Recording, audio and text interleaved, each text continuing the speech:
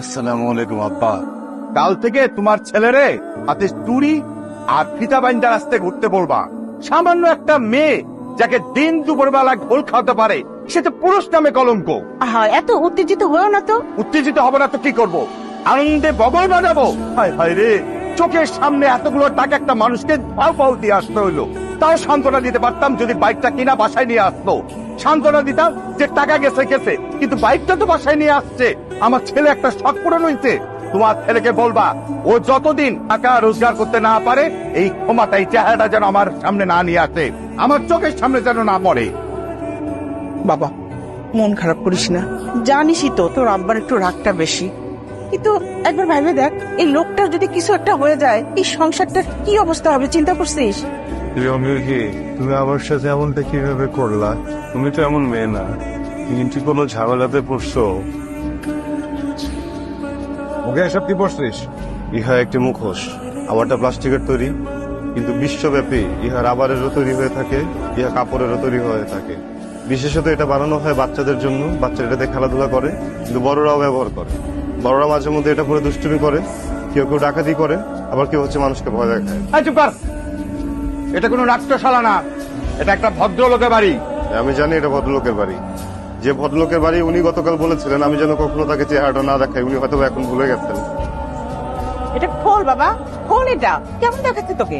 চাকরি বা মৃত্যু ছাড়া আমার মুখ থেকে এই মুখোশ এখন কেউ সরাইতে হবে না। মা, কেন খুলতে পারবি না কেন? তোর মুখের মধ্যে কেউ কি চুন কালিমা খাইয়ে দিছে?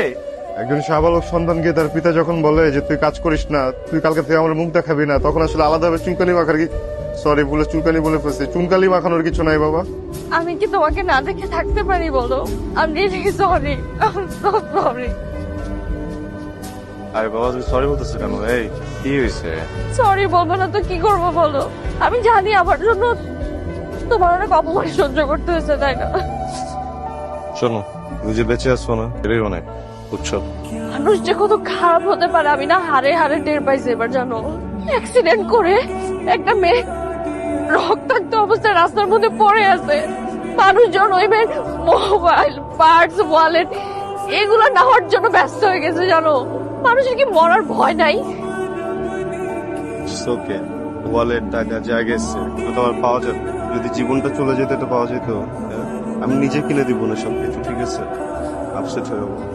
আমার জন্য তো তোমার অনেক কথাই শুনতে হয়েছে। চাচ্ছ স্কুটি কিনে দিবে, প্রয়োজন হলে নাম দিবে। আসলে কি ওরা তোমার কথা জানতোই না? আমি তোমাকে বলছি, আমি তোমাকে একবার বলছি, টাকার কথা বলছি, স্কুটারের কথা বলছি, কেন বলতেছি এগুলো? হ্যাঁ, আমাকে তুমি বলো থেকে কেমন আছে? কেমন আছে দেখতেই তো পাচ্ছ। কাল সিটি স্ক্যানের রেজাল্ট পাবো, তারপর সবকিছুর ব্যাপারে বলতে পারবো। ব্যস্ত ব্যাপার, তুমি ঠিক হয়ে যাবে, কিচ্ছু হবে না।